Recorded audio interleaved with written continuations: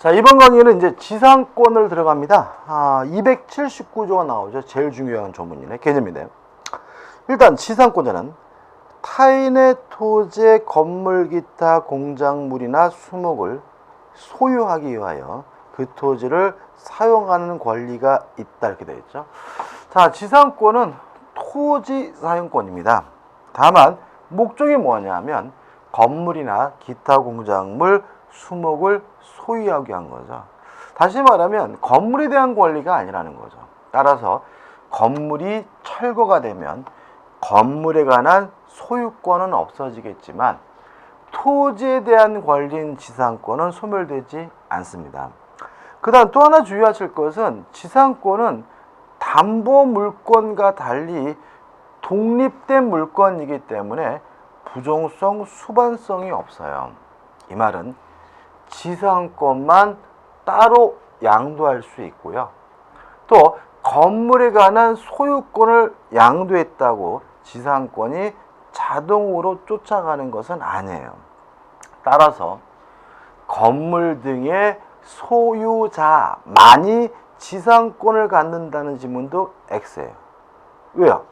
지상권만 따로 양도할 수 있다는 말은 건물의 소유자가 아닌 사람도 뭘 가질 수 있어요? 지상권을 가질 수 있다는 거죠.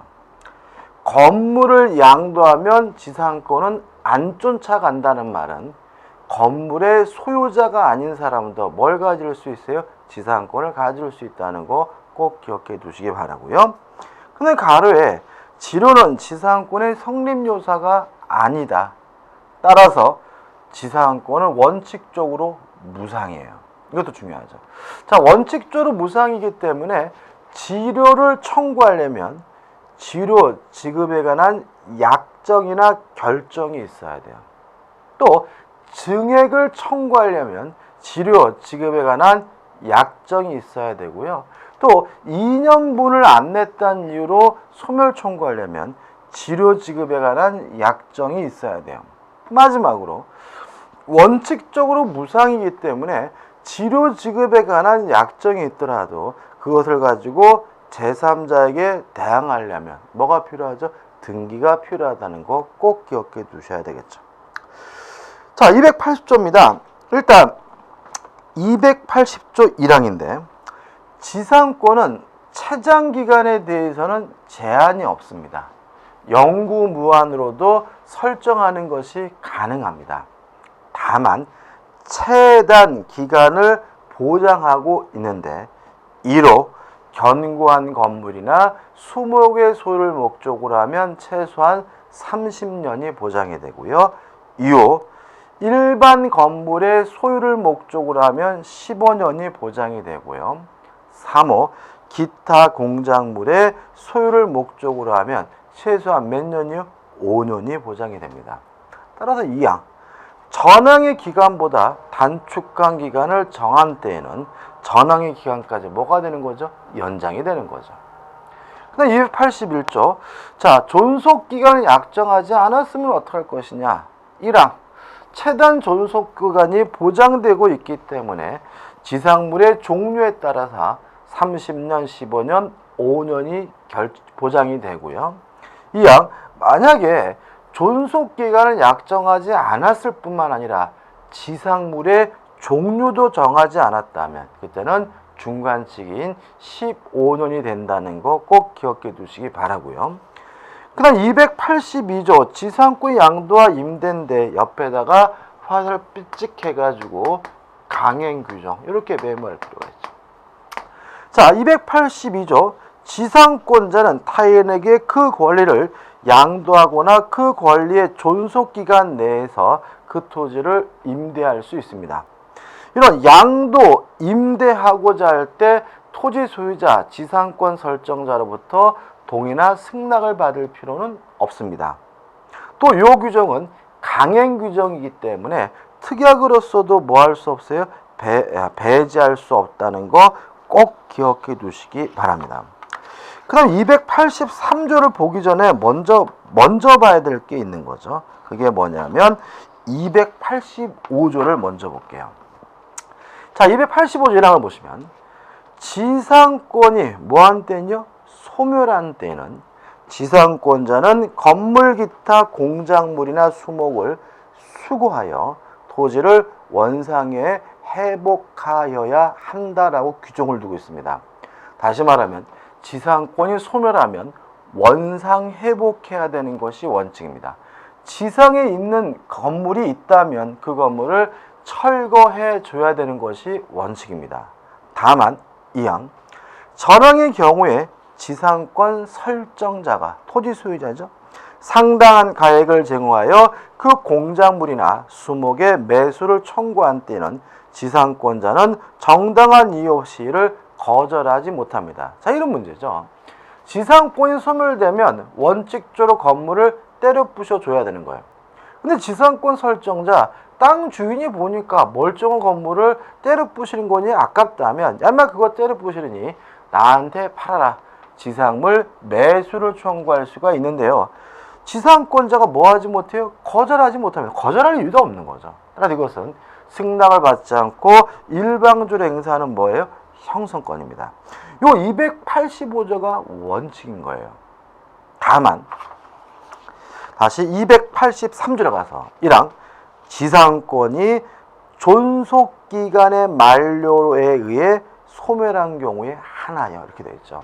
다시 말하면 여러 가지 지상권의 소멸 사유가 있습니다. 건물이 멸실될 수도 있고 뭐 포기될 수도 있고 뭐 혼동될 수도 있고 여러 가지 소멸 사유가 있는데 그 중에 한 가지 사유인 존속기간의 만료로 소멸한 경우에만 예외적으로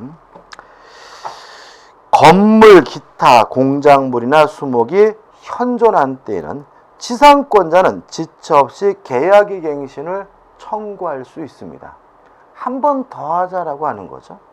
이항 지상권 설정자가 계약의 갱신을 원하지 아니한 때에는 지상권자는 상당한 가액으로 전항의 공작물이나 수목의 매수를 청구할 수 있습니다.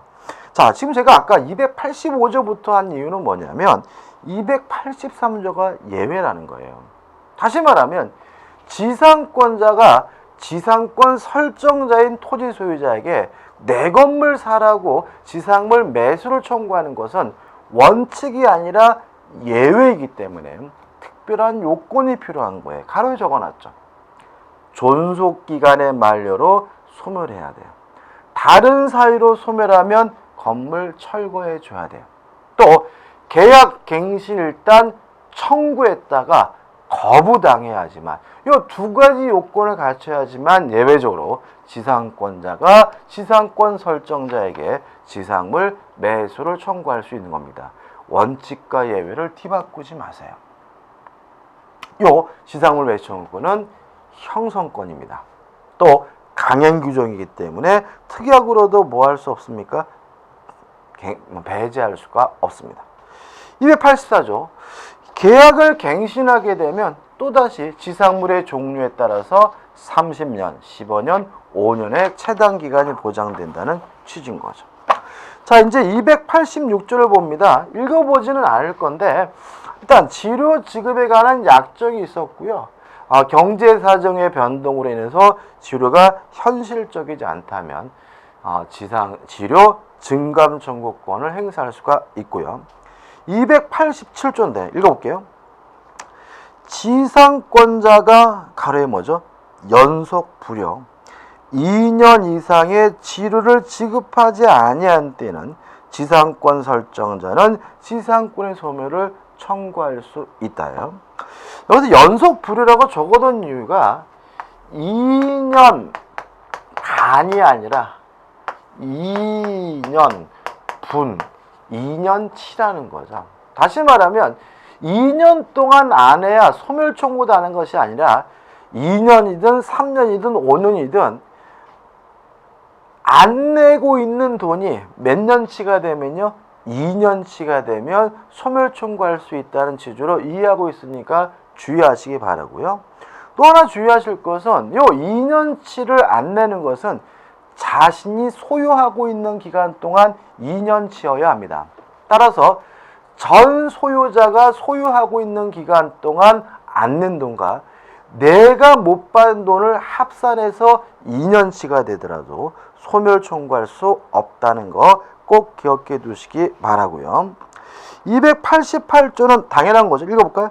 지상권이 저당권의 목적인 때 또는 그 토지에 있는 건물 수목이 저당권의 목적인 때에는 지상권 설정자의 지상권 소멸 청구는 저당권자에게 통지한 후 상당한 기간이 경과함으로써 그 효력이 생긴다. 왜요? 지상권이 소멸하면 거기에 설정된 저당권이 소멸되기 때문에 저당권자를 보호하기 위한 규정인 거죠. 그 다음 289조 2입니다. 구분지상권입니다. 일단 이라는 개념인데 어디를 구분하느냐? 지하 또는 지상의 공간입니다. 다시 말하면 땅속의 특정층, 공중의 특정층에 구분해서 설정하는 토지 사용권을 우리가 뭐라 그러냐면 구분지상권이라고 하는 거예요. 요 1항에서 주의하실 것은 구분지상권의 경우에 그 목적에서 수목이 빠진다는 거예요. 왜냐하면 땅속에다가 나무를 심어둘 수는 없는 거잖아요. 따라서 계속 보시면 지하 또는 지상의 공간은 상하의 범위를 정하여 건물, 기타 공작물을 소유하기 위한 지상권이죠. 건물, 기타 공작물이에요. 여기에 만약에 건물, 기타 공작물 및 수목하면 뭐가 돼요? X가 되는 거죠. 그래서 이 부분은 항상 수목이 있는지 없는지를 찾는 마음으로 읽으셔야 돼.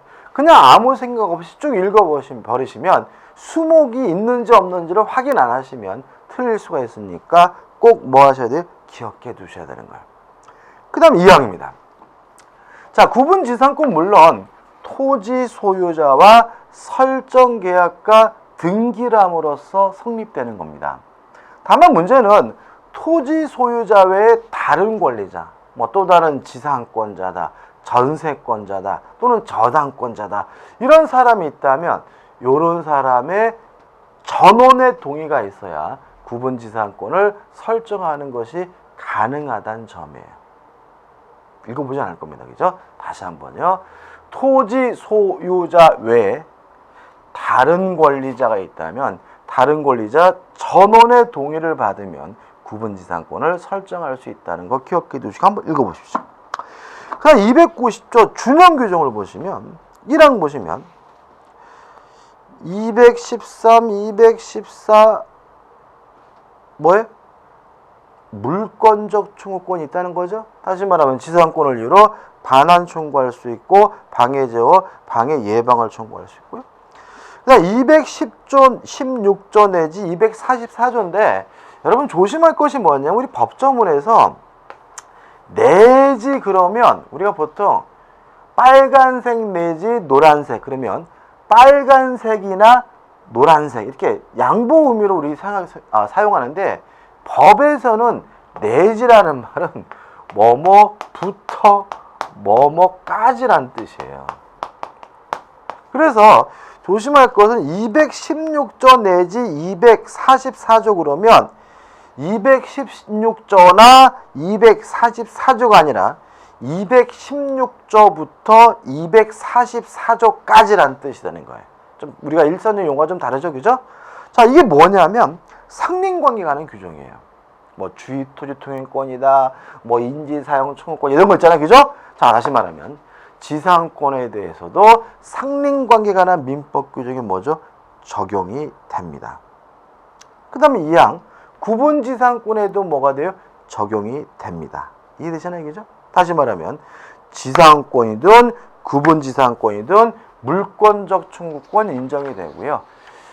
상린관계에 관한 민법 규정이 당연히 뭐가 돼요? 적용이 된다. 그런 거죠. 그 다음 305조부터 이제 뭐가 나오냐면 법정지상권을 모아봤어요. 일단 법정지상권 우리가 세 가지를 이해하셔야 되는데 들어가기 전에 먼저 생각해 볼 것이 뭐예요?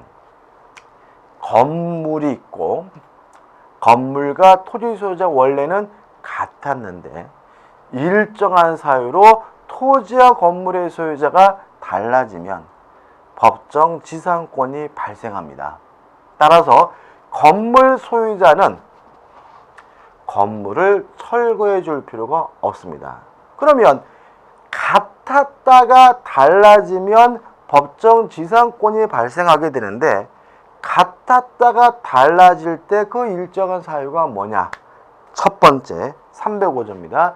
전세권이 설정된 후에 달라지는 경우입니다. 법 좀 읽어봐야 되는데, 1항 대지와 건물이 동일한 소유자에게 속한 경우. 무슨 말이죠? 건물도 있었고 건물과 대지, 토지 소유자가 같았는데 건물의 전세권을 설정한 때에는 그 대지 소유권의 특별 승계에는 건물의 소유자인 전세권 설정자에 대하여 지상권을 설정한 것으로 본다. 이게 나와있죠. 그죠? 여기서 주의하실 것은 전세권 설정자예요. 전세권자가 아니에요. 이 부분도 전세권 설정자를 전세권자로 바꿔서 오답을 만들고 있기 때문에 반드시 전세권자인지 전세권 설정자인지를 찾는 마음으로 읽어보셔야 합니다. 이해되시죠? 그죠? 다시 한번 이런 말이죠. 지상권이란 건물 등을 소유하기 위해서 남의 땅을 쓸 수 있는 권리니까 원칙적으로 건물의 소유자가 취득하는 거예요.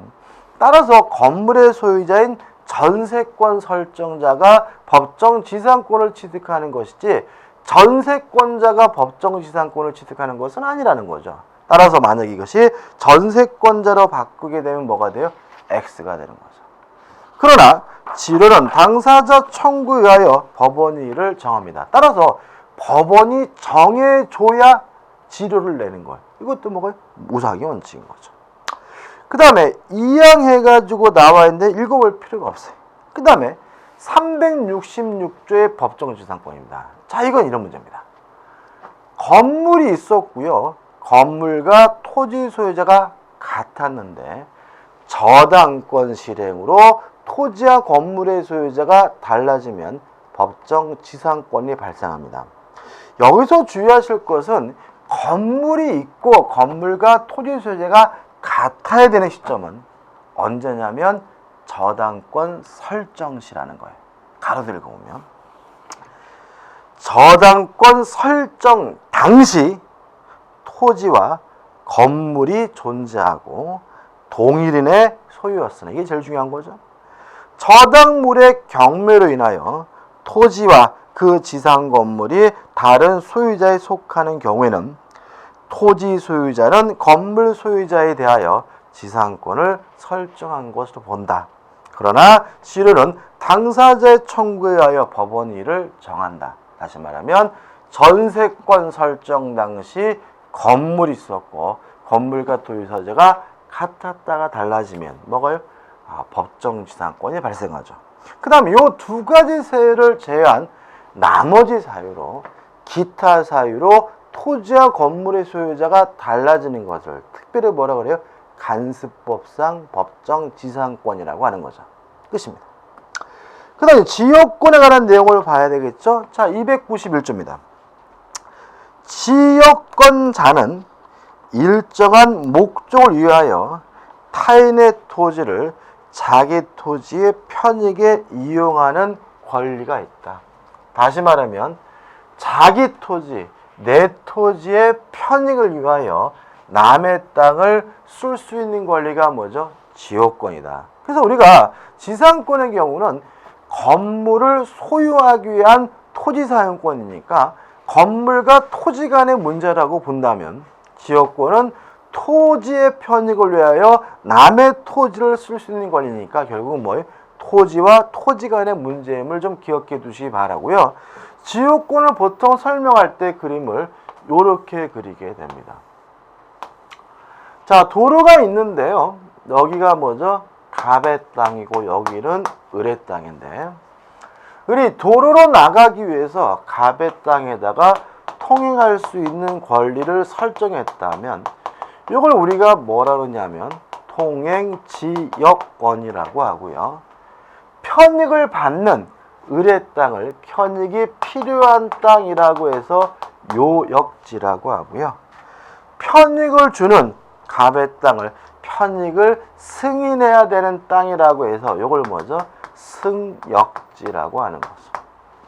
따라서 그림에다 보다시피 편익을 받는 요역지는 한필지 토지여야 하고요.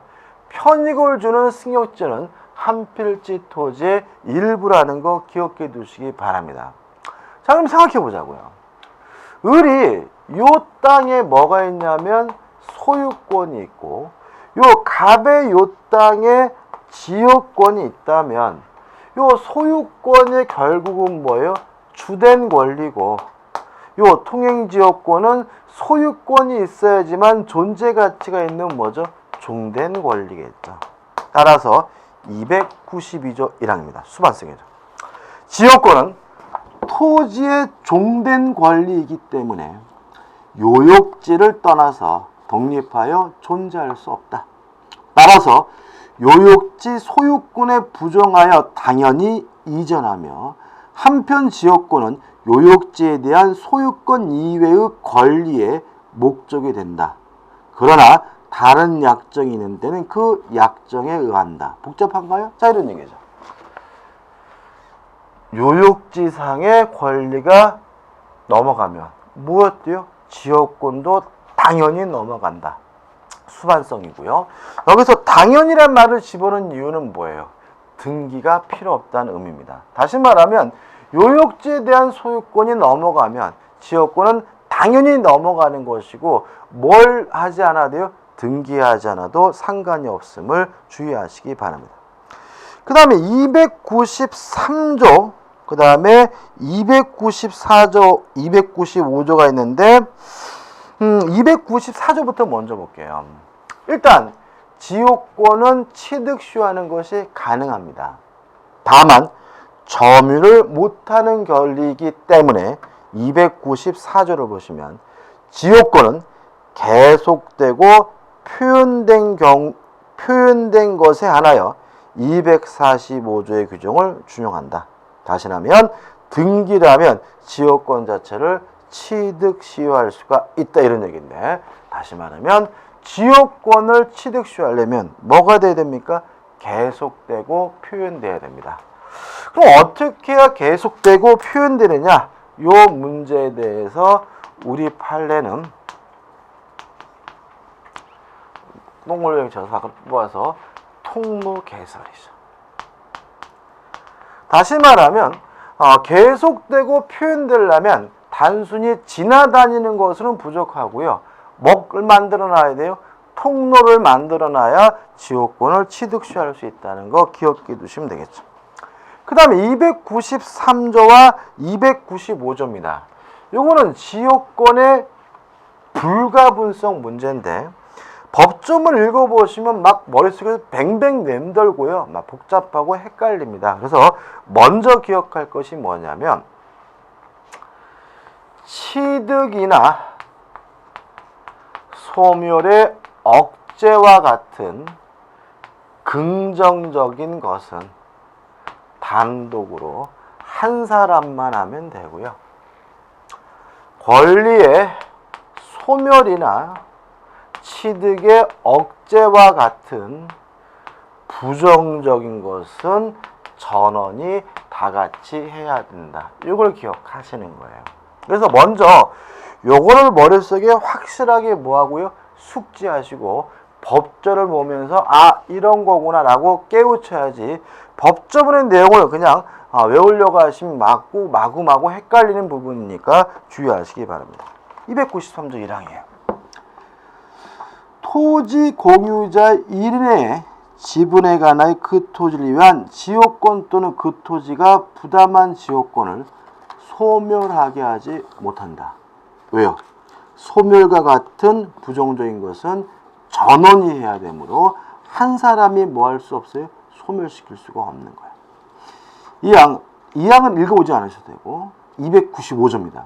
1항, 공유자 1인이 지역권을 취득한 때에는 다른 공유자도 이를 취득합니다. 왜요?